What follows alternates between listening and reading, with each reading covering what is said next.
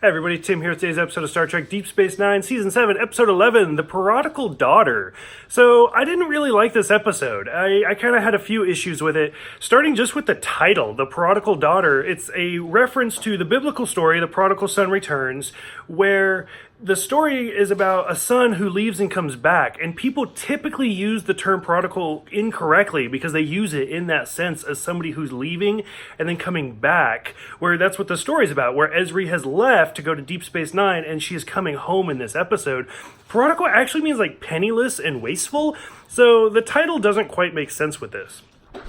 Another interesting note is this episode does not have Worf in it. The reason being is it actually takes place right around the same time as Insurrection.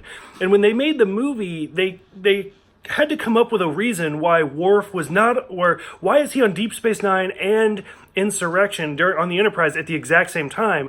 And so the solution was to just take him out of this episode, and they kind of take place at the same time. Now, if you watch that review that I did, I mentioned how there's something important going on in there, but I didn't want to ruin it because I knew I was doing Deep Space Nine next. I'll go ahead and ruin it now because we're that far along. So in the movie, at one point, Worf is asleep, and Picard, I think it's Picard, it might be Riker, goes over the comm and wakes Worf up. And he's like, Mr. Worf, I don't know how things are run on Deep Space Nine, but we show up on time for our shifts here on the Enterprise.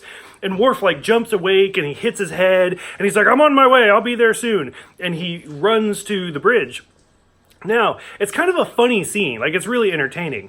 Supposedly, I don't know how true this is, but originally, Worf was actually having a nightmare, and he was actually seeing Jadzia's death. And so, supposedly, there was a whole scene filmed, and we saw her die and all that, and that's why he jumps awake, but then they cut out all of the Deep Space Nine, which they've done a lot. Supposedly, even in First Contact, Avery Brooks filmed scenes where he sends Worf in the Defiant out to the battle, to battle the Borg Cube, but they cut that out because they didn't want to confuse the viewers. And so, I don't know, I think it was really sad. I kind of wish they had left that in, but oh well. So overall, to get back to this episode, so this episode is about Ezri it's kind of a sequel to Honor Among Thieves, which that episode, if you guys remember, that's the one where Chief O'Brien goes undercover to get within the syndicate, and he plays a tinkerer, a fix-it man for Bilby, where he gets his cat Chester. And Bilby ends up dying at the end of that episode, but he talks about how his wife is on New Sydney and stuff like that. And so this episode is about O'Brien trying to find his widow, Bilby's widow, and he ends up finding her dead. And the whole episode is just about Ezri goes to New Sydney because that's where her family lives, and she wants to help out Miles O'Brien. And they finally find him, and he's all beat up.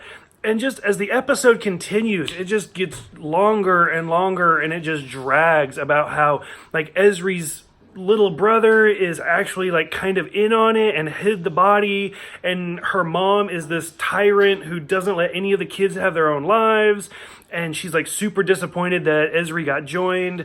I was not into this episode at all. Knowing the title, knowing that Worf wasn't in it, I don't know.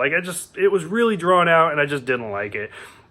Now, seeing Ezri with her family could have been super interesting, and I always feel like Ezri gets a lot of unnecessary hate, and so this could have been a great episode to kind of build up her character, but instead it was just really slow and really drawn out, and I feel like it just completely missed the mark. So for those who have seen this one, what do you guys think about the whole Worf thing? Now that we can talk about it, what do you think about O'Brien looking for Bilby's widow, and what do you think about Ezri and her relationship with her family?